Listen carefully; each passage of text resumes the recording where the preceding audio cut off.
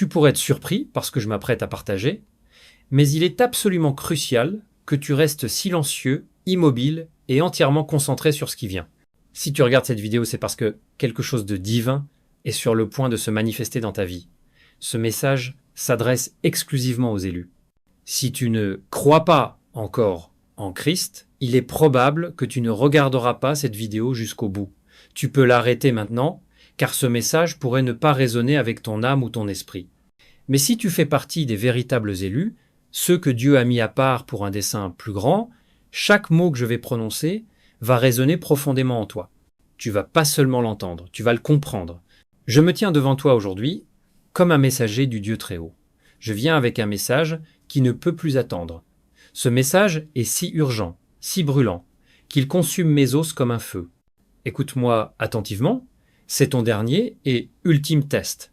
Le test que tu affrontes en ce moment n'est pas juste un défi de plus, c'est pas juste un autre obstacle, c'est le test, celui qui déterminera si tu entres dans ta destinée ou si tu restes enfermé dans un cycle d'attente, d'errance et de doute. Ce test est celui qui sépare ceux qui sont prêts de ceux qui ne le sont pas. Ce test est non négociable, c'est le pivot de ta destinée. Tant que tu ne le réussis pas, rien ne bougera, rien ne s'ouvrira, rien ne fonctionnera. Écoute-moi bien. Tant que tu ne passes pas ce test, rien ne marchera. Toutes les portes resteront fermées, tous tes efforts sembleront vains. Chaque pas en avant te donnera l'impression de tourner en rond. Mais si tu le réussis, si tu surmontes ce test, tout changera. Je ne suis pas ici pour te donner de belles paroles ou de faux réconforts. Je suis ici pour te dire la vérité, celle qui va te réveiller et enflammer ton âme. Es-tu prêt à l'entendre? Ma prière pour vous est simple mais ferme. Je veux vous voir triompher dans tous les domaines. Je veux vous voir marcher avec assurance dans les promesses de Dieu, mener une vie de paix et tenir debout dans la victoire. Mais aujourd'hui, je vous demande quelque chose d'audacieux. Prenez un moment maintenant et déclarez votre soumission à Dieu. Allez-y et écrivez dans les commentaires. Jésus, je me rends à toi. Comme un acte d'adoration et une déclaration de la parole de Dieu. C'est pas juste une phrase, c'est un acte de foi. Reste avec moi jusqu'à la fin de cette vidéo, car une prière puissante et transformatrice va être prononcée avec toi.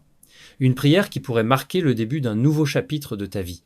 Ne sois pas pressé, car le temps passé avec Dieu n'est jamais perdu. C'est un investissement dans son royaume et dans ta croissance spirituelle. Si ce n'est pas encore fait, abonne-toi à cette chaîne pour ne rater aucun autre message. Ces messages sont là pour t'encourager, t'élever et te guider tout au long de ton chemin de foi. Allons plus loin. Ce test n'est pas une question de force, ni d'intelligence, ni de réussite. Ce test concerne ton cœur, ta foi et ta capacité à persévérer quand tout en toi crie de tout abandonner. C'est savoir si tu peux t'accrocher aux promesses de Dieu quand tout autour de toi te donne une raison de lâcher prise. Laisse-moi t'emmener dans la Bible, car chaque élu, chaque grand homme ou femme de Dieu a dû passer par ce test. Pense à Joseph. Dieu lui a donné des rêves de grandeur, des visions selon lesquelles il régnerait un jour. Mais avant que ces rêves ne deviennent réalité, il a dû affronter la trahison de ses frères, l'esclavage dans une terre étrangère et le poids écrasant d'un emprisonnement injuste. Il a enduré un test qui l'a poussé à ses limites et affiné son caractère. Pourquoi Joseph a-t-il dû endurer autant? Parce que le palais n'était pas prêt pour lui, tant qu'il n'était pas prêt pour le palais. Dieu ne préparait pas seulement la bénédiction, il préparait Joseph à porter la bénédiction. Ce test n'était pas une punition, mais une préparation. C'était le creuset qui a transformé Joseph en un leader capable d'accomplir l'appel que Dieu avait placé sur sa vie. Et maintenant, mon frère, ma sœur, Dieu fait la même chose avec toi. Le test que tu traverses n'est pas destiné à te détruire, mais à te fortifier, à te préparer à la grandeur que Dieu a en réserve pour toi. Le poids de ta bénédiction nécessitera une fondation de foi, de persévérance et une confiance inébranlable en Dieu. Ne méprise pas le test, accueille-le, car il est en train de te façonner pour devenir la personne que Dieu a appelée à exister. Le test peut être douloureux, mais la promesse de l'autre côté en vaut la peine. Tiens bon, élu de Dieu, car ton palais arrive et Dieu est en train de te préparer à régner. Laisse-moi être clair, tu ne peux pas éviter ce test. Tu ne peux pas simplement prier pour qu'il disparaisse. Tu ne peux pas le contourner. Pourquoi? Parce que ce test n'est pas une punition, c'est une préparation. C'est la manière de Dieu de te façonner en un vase capable de porter la bénédiction qu'il a prévue pour ta vie. Sans ce test, tu ne serais pas prêt à porter le poids de ton appel. Dieu t'aime trop pour te donner une bénédiction qui deviendrait ce qui te détruit. Alors, il te place dans le feu, pas pour te brûler, mais pour te raffiner. Il brûle les impuretés, la peur, le doute, l'orgueil, et chaque partie de toi qui ne peut pas aller là où il veut t'emmener.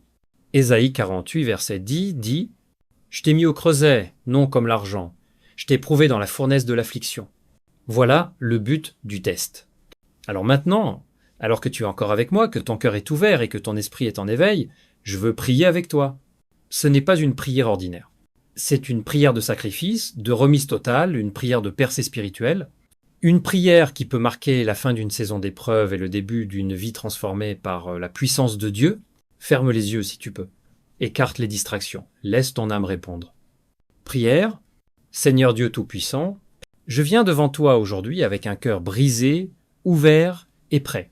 Je ne veux plus fuir, je ne veux plus douter. Je suis fatigué de tourner en rond, fatigué de lutter sans comprendre. Seigneur, je reconnais que ce test fait partie de ton plan. Je comprends maintenant que tu ne veux pas me punir, mais me préparer. Tu ne m'as pas oublié, tu m'affines, tu me purifies dans la fournaise pour que je sois capable de porter ce que tu veux me confier. Aujourd'hui, je me rends entièrement à toi. Je te donne mon cœur, mes pensées, mes peurs, mes projets, mes fardeaux. Prends tout ce que je suis, brise ce qui doit être brisé, guéris ce qui doit être guéri. Je choisis de te faire confiance, même quand je ne comprends pas. Seigneur, donne-moi la force de tenir, la foi de marcher, même quand le chemin semble obscur.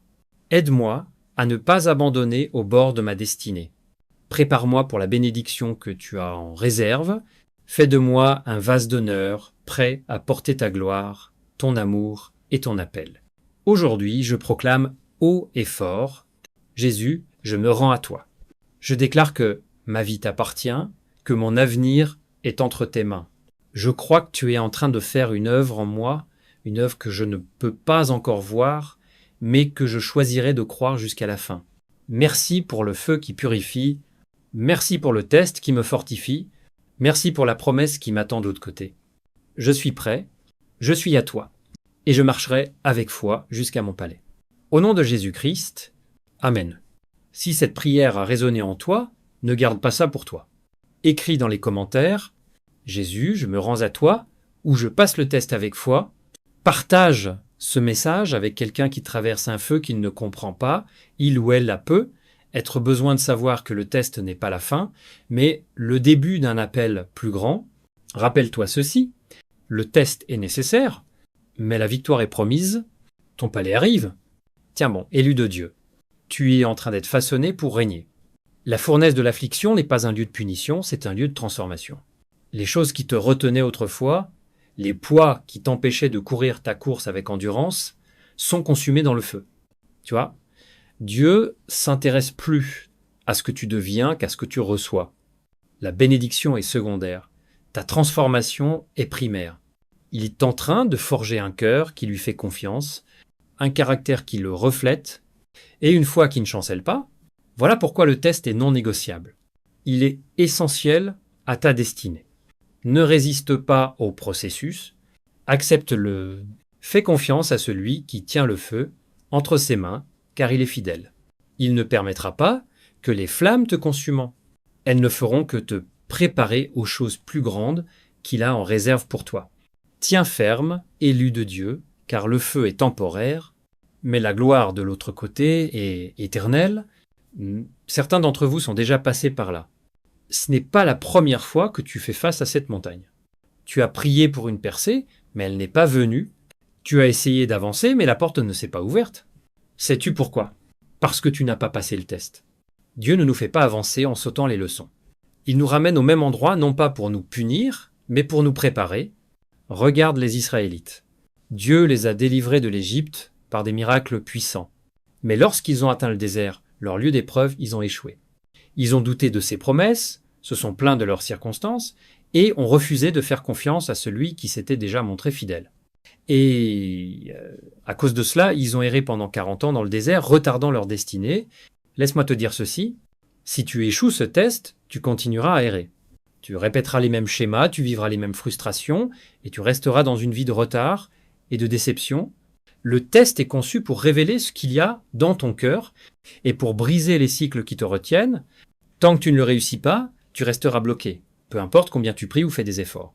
Mais écoute-moi bien, cela n'a pas à être ton histoire. Le plan de Dieu pour toi, ce n'est pas l'errance sans fin, mais la vie victorieuse. Son désir est de te conduire dans la terre promise de ton appel, mais tu dois être prêt à supporter l'épreuve, tu dois choisir de lui faire confiance même quand les réponses tardent. Tu dois décider de tenir bon, même quand le processus est long et difficile, c'est ton moment. Le test devant toi n'est pas là pour te vaincre, il est là pour t'élever. Passe ce test et tu briseras les barrières qui te retenaient. Passe ce test et tu entreras pleinement dans ce que Dieu a préparé pour toi. Élu de Dieu, le désert n'est pas ta destination, c'est le chemin vers ta promesse.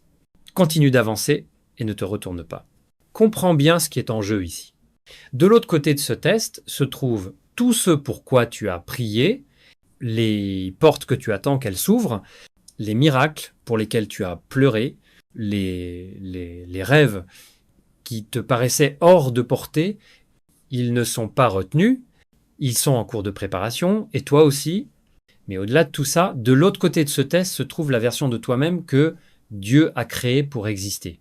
Plus forte, plus sage, remplie d'une foi inébranlable, la version de toi qui peut porter le poids de son appel sans être écrasé par lui. Dieu ne façonne pas simplement tes circonstances. Il façonne ton caractère. Ce test n'est pas une punition, c'est une préparation. Dieu n'essaie pas de t'empêcher d'atteindre la promesse. Il s'assure que lorsque tu y entreras, tu ne la perdras pas. Chaque défi, chaque retard, chaque inconfort est en train de te façonner pour que tu sois capable de marcher dans ta destinée divine avec assurance et humilité. Comprends ceci? Dieu ne cherche pas seulement à te bénir, il veut t'élever. Mais l'élévation exige toujours une transformation, et la transformation passe toujours par l'épreuve. Le test est le pont entre la personne que tu es maintenant et celle que Dieu t'appelle à devenir. Alors ne fuis pas ce processus, ne méprise pas cette saison d'épreuve, plonge-toi dedans. Accepte-la, passe-la, parce que de l'autre côté de ce test, il n'y a pas seulement ta bénédiction, il y a ta destinée. Et le monde attend que tu te lèves. Regarde Jésus. Avant de commencer son ministère, il a été conduit par l'Esprit dans le désert pour être éprouvé pendant 40 jours et 40 nuits. Il a affronté la faim, la tentation et le diable lui-même. Le désert n'était pas un lieu de punition, c'était un lieu de préparation. C'est là que son obéissance a été testée, que sa foi a été solidifiée et que sa mission a été clarifiée. Pourquoi ? Parce que le désert était le terrain de préparation pour son appel. Sans le désert, il n'y aurait pas eu de croix. Sans la croix, il n'y aurait pas eu de résurrection. Et sans la résurrection, il n'y aurait pas eu de victoire. Le désert était essentiel, pas optionnel. C'était le creuset qui a préparé Jésus pour le plus grand acte d'amour et de rédemption de l'histoire. Et si le Fils de Dieu lui-même a dû passer par le feu de l'épreuve, combien plus devons-nous y passer ? Comment pourrions-nous espérer marcher dans l'ampleur de notre appel, sans d'abord être raffinés par les épreuves qui nous façonnent, nous fortifient et nous alignent avec la volonté de Dieu ? Le désert n'est pas fait pour te détruire, il est fait pour te préparer à ce qui t'attend. Alors, élu de Dieu, embrasse le désert. Fais confiance au processus. Sache que ton test n'est pas un signe de l'absence de Dieu, mais la preuve de sa préparation. Ce que Dieu a prévu pour toi est trop grand pour être confié à des mains non préparées. Passe le test et marche avec assurance dans ta destinée. La même puissance qui a ressuscité Jésus d'entre les morts habite en toi. Tu ne combats pas cette bataille seul, le ciel te soutient. La question n'est pas « ai-je la force de passer ce test ?» La véritable question est « suis-je prêt à abandonner mes peurs, à faire confiance au plan de Dieu et à le laisser me guider à travers cette épreuve ?» Jérémie 29, verset 11 nous rappelle « Car je connais les projets que j'ai formés sur vous, dit l'Éternel, projets de paix et non de malheur, afin de vous donner un avenir et de l'espérance. » Mais pour entrer dans cet avenir, il faut de l'endurance, de la foi et un cœur disposé à passer le test.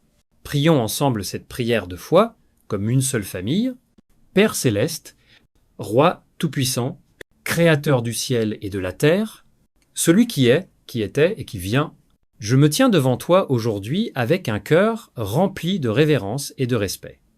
Seigneur, tu es saint, tu es juste, tu es souverain sur toute chose. Tu es le Dieu qui nous voit, qui nous connaît et qui nous appelle par notre nom. En cet instant, j'invoque ta présence pour qu'elle envahisse ce moment.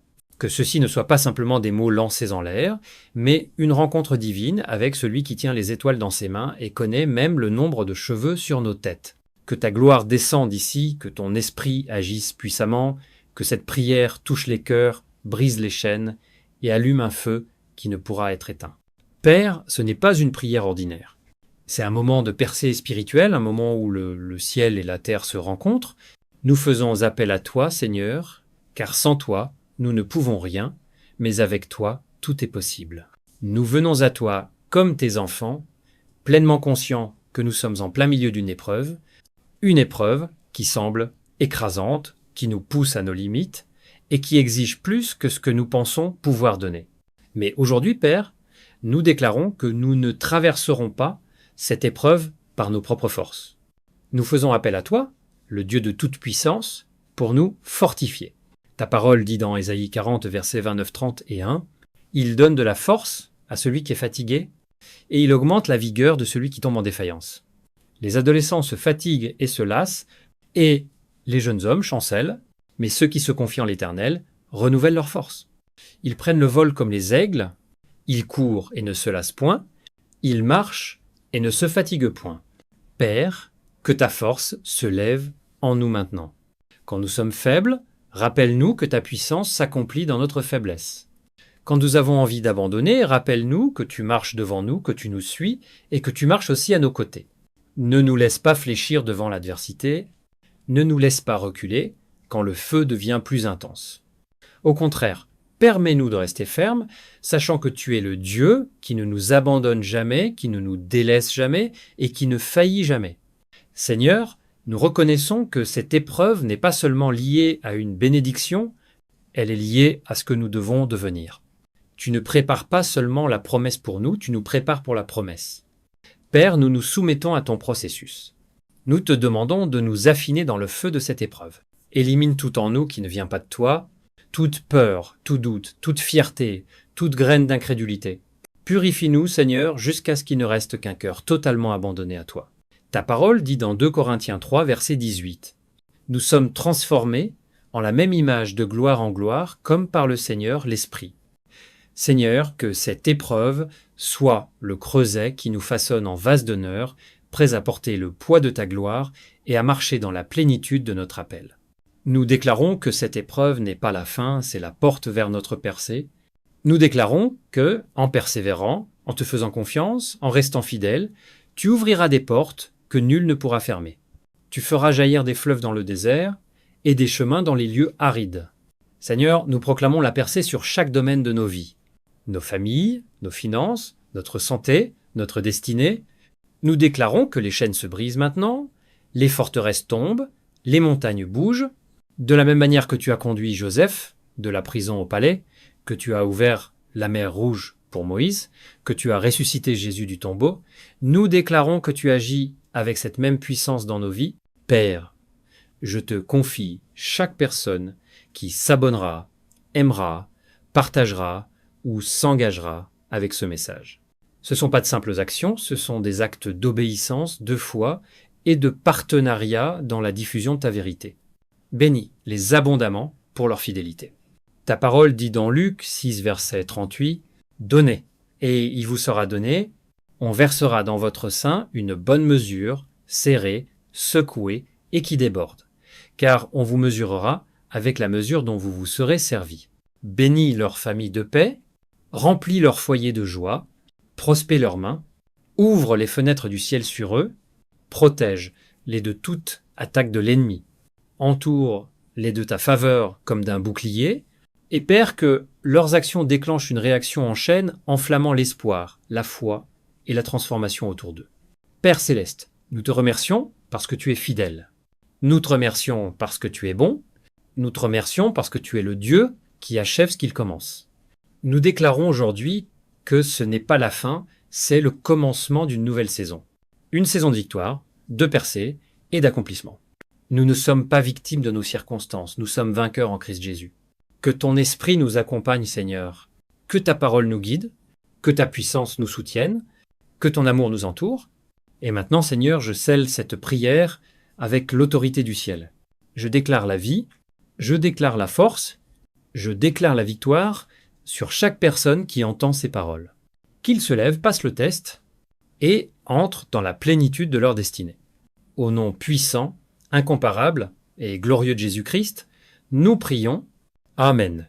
Amen. Et Amen.